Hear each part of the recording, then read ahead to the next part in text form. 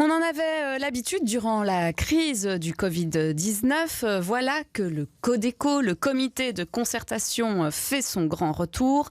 On ne parlera pas cependant de pandémie cette fois, mais d'électricité, de gaz et de carburant. Alors le Premier ministre Alexander De Croo a confirmé la tenue d'une réunion entre fédéral et entités fédérées ce mercredi après-midi pour discuter de solutions durables face à l'inflation des prix de l'énergie.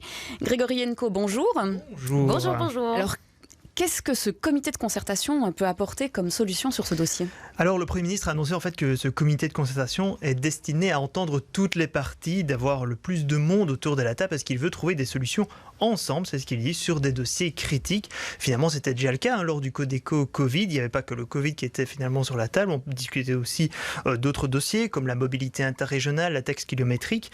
Donc ici, il sera question des prix de l'énergie. D'abord, l'objectif, c'est de remettre sur la table ce qui a déjà été fait entre le fédéral et les entités fédérées, puis d'exposer les mesures possibles pour chaque entité. Mais a priori, les mesures les plus importantes viendront surtout du fédéral. Les régions et les communautés pourront surtout prendre des mesures sur le long terme, notamment au niveau du bâti et de la mobilité, comme c'est ce qui se fait actuellement. Et les membres du gouvernement fédéral, justement, ils font déjà de leurs propositions à quelques heures de ce Codeco. Qu'est-ce qui sera concrètement sur la table ce mercredi ? Alors, il y a plusieurs propositions. Il y a donc l'élargissement du tarif social, ça vient plutôt d'Ecolo, qui souhaiterait que près de 30% de la population belge soit concernée par ce tarif social au lieu d'un Belge sur 5 actuellement.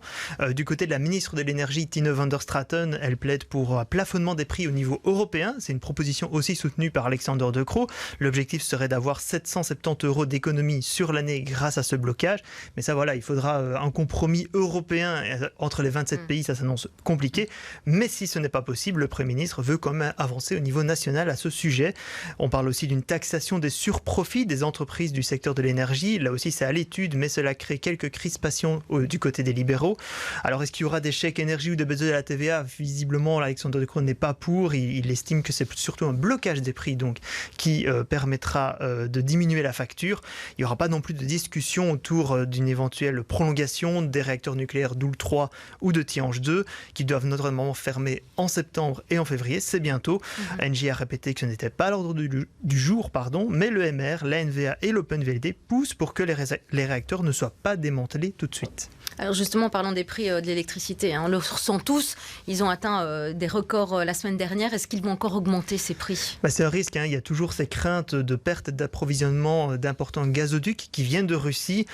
Ça pousse les prix du gaz à la hausse. Et vu que le gaz reste une ressource importante en Europe pour la production d'électricité, les prix augmentent aussi.